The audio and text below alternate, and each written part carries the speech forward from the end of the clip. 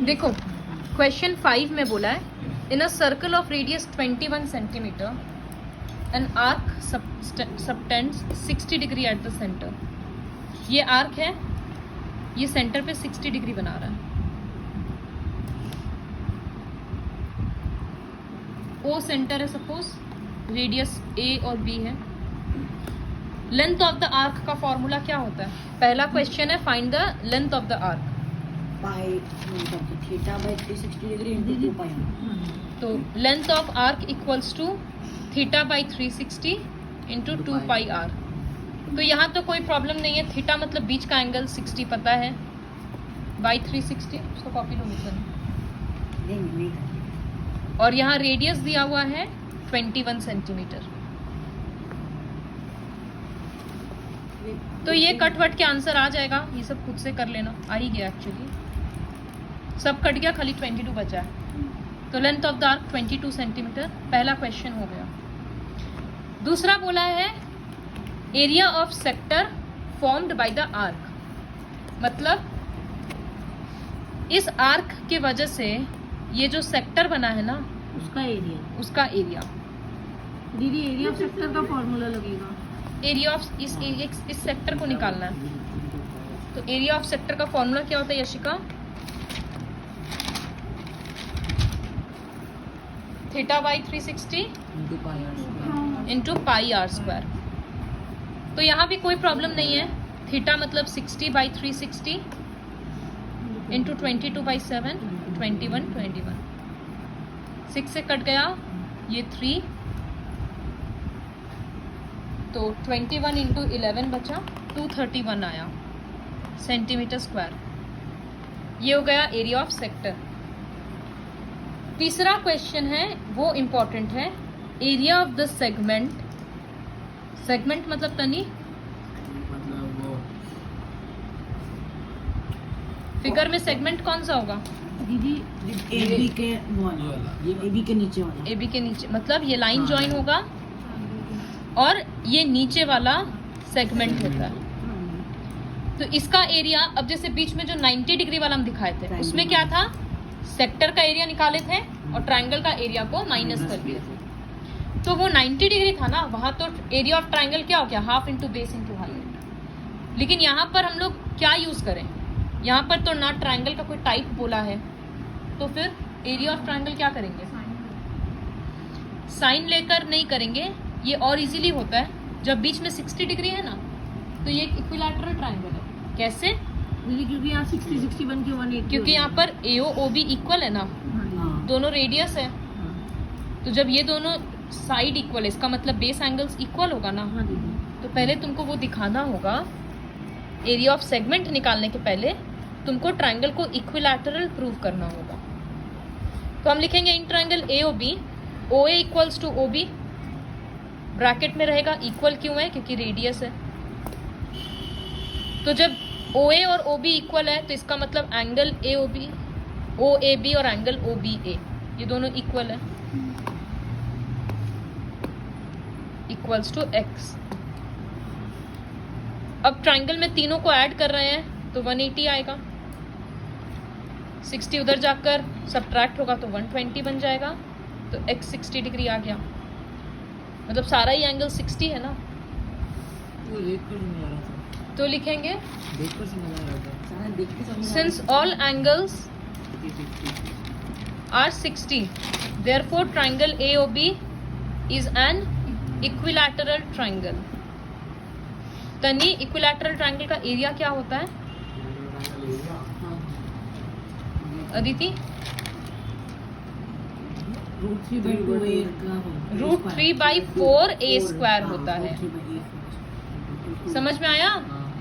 तो यहाँ पर √3/4 21 इंटू 21, ऑल्टीट्यूड होता है √3/2A। तो यहाँ पर कट नहीं रहा है तो 21 का स्क्वायर 441, √3 पीछे छोड़ दिया, 4 नीचे। तो अब तो सेगमेंट इजीली निकल जाएगा, area of sector minus area of triangle, वही होता है ना नीचे वाला सेगमेंट।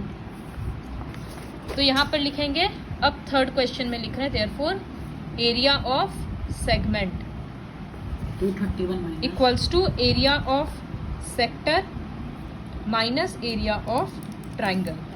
231 सेक्टर का एरिया आया था 231 और इसका आया 441√3/4। क्वेश्चन को ऐसे ही छोड़ देंगे, सॉल्व नहीं करेंगे, क्योंकि अगर सॉल्व करना होता तो वो लोग √3 का वैल्यू सब देता। ठीक है, एलसीएम लेकर भी सॉल्व करने का जरूरत नहीं है। ये है सेंटीमीटर स्क्वायर। समझ में आया? तो इसमें हल्का समझने का कुछ नहीं करना। जब बीच में किसी में फिगर नहीं है तो एक दो क्वेश्चन करवाए थे यहाँ पर, जैसे 90 डिग्री था तो सेगमेंट निकालने के लिए हम लोग सेक्टर से एरिया ऑफ ट्राइंगल माइनस किए थे। एरिया ऑफ ट्राइंगल में उसमें मेहनत नहीं करना पड़ा था, half into base into height हो गया था। लेकिन यहाँ 60 डिग्री जब दे दिया तो फिगर पूरा मतलब ट्राइंगल को इक्विलैटरल प्रूव करना पड़ा। समझ में आया? उसी तरह से एक क्वेश्चन और है जिसमें एरिया ऑफ ट्राइंगल, जिसमें बीच में एंगल 120 रहे, तो वो ना इक्विलैटरल ट्राइंगल होगा ना वो राइट ट्राइंगल होगा।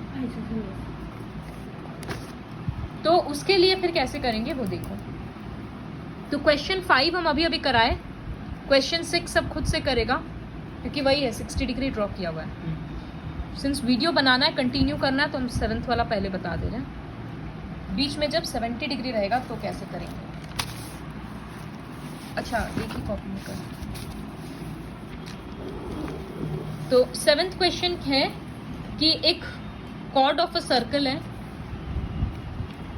तो ये कॉर्ड है और इसका रेडियस दिया हुआ है 12 सेंटीमीटर। ये क्वेश्चन इंपॉर्टेंट है, इसको ध्यान से देखना।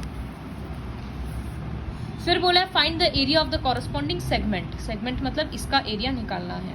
बीच में 120 डिग्री है। सेगमेंट के लिए वही होगा सेक्टर माइनस ट्राइंगल।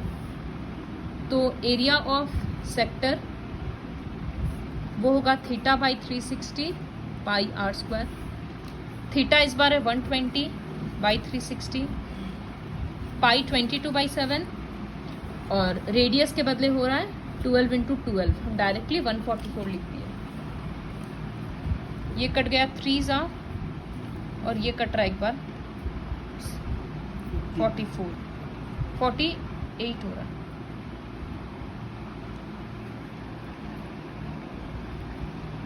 हाँ, उसके बाद 7 से तो वो जाएगा नहीं। यहाँ पर एक्चुअली देखो पाई के लिए लिख दिया कि 3.14 यूज़ करना, तो हम लोगों को यूज़ करना ही पड़ेगा। पाई के बदले लिख रहे हैं 3.14 × 48, तो उसका आंसर होगा 150.72 सेंटीमीटर स्क्वायर। ये एरिया ऑफ सेक्टर निकल गया। अब एरिया ऑफ ट्राइंगल निकालना है, इसके लिए मेहनत करना होगा। तो इस ट्राइंगल को हम साइड में अलग से ड्रॉ कर रहे हैं।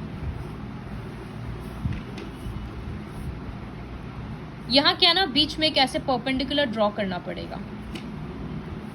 तो उसको स्टेटमेंट लिखेंगे draw OD perpendicular to AB। अब ये सब क्लास 9 में था कि अगर एक परपेंडिकुलर कॉर्ड्स पे ड्रॉ किया जाता है तो वो एंगल को बाइसेक्ट करता है और साइड को बाइसेक्ट करता है। ठीक है, इस वजह से जितना AD होगा उतना ही DB होगा। और ये 120 है तो ये 60 हो जाएगा।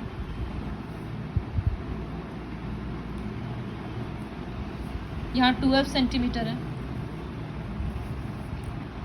अब हम क्या कर सकते हैं, बड़ा वाला इस ट्राइंगल का हमको एरिया चाहिए ना, तो half into base into height जो फॉर्मूला होता है उसमें अगर हम बेस AB लेंगे तो हाइट कौन सा रहेगा? दीदी हाइट 12 सेंटीमीटर OD हाइट रहेगा। तो समहाउ हमको ये डिस्टेंस चाहिए। ट्रिग्नोमेट्री अगर यूज करेंगे इस ट्राइंगल में तो ये क्या हो रहा है, हाइपोटेन्यूज हो रहा है क्योंकि यहाँ पर 90 है ना। ठीक है, इन ट्राइंगल AOD साइन 60 मतलब क्या होगा, साइन 60 होता है P/H।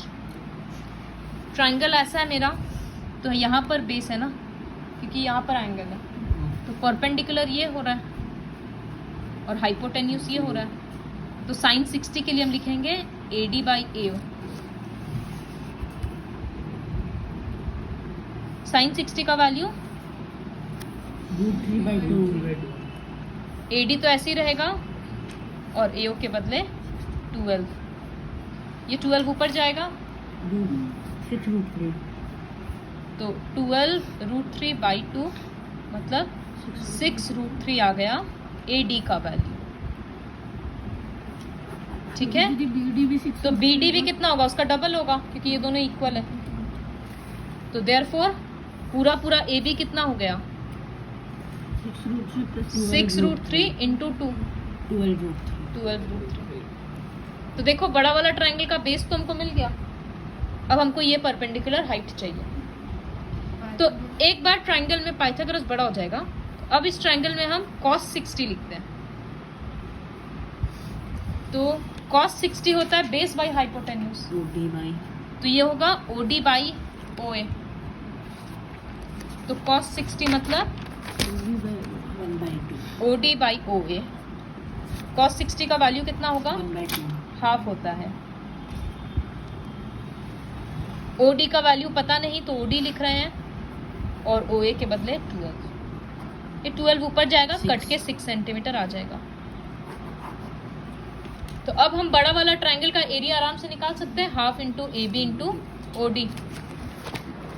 तो पहले हम बड़ा वाला ट्रायंगल का एरिया निकालेंगे। Therefore area of triangle AOB equals to half, base होगा AB और हाइट होगा OD। हाफ इंटू तो AB आया 12√3 और हाइट आया भी 6। ये कट गया, 6 और 6 36 हो गया। यहाँ √3 छोड़ना नहीं चलेगा क्योंकि यहाँ ये लोग वैल्यू दे दिया, √3 के बदले 1.73। फिर दोनों को मल्टीप्लाई करेंगे तो आंसर आएगा 62.28 सेंटीमीटर स्क्वायर। लेकिन हमको निकालना था एरिया ऑफ सेगमेंट। तो एरिया ऑफ सेगमेंट होता है सेक्टर माइनस ट्रायंगल। तो एरिया ऑफ सेगमेंट लिखेंगे area of sector minus area of triangle. Triangle का आया 62.28 और सामने में आया था 150.72। ये दोनों को सब्ट्रैक्ट कर देंगे।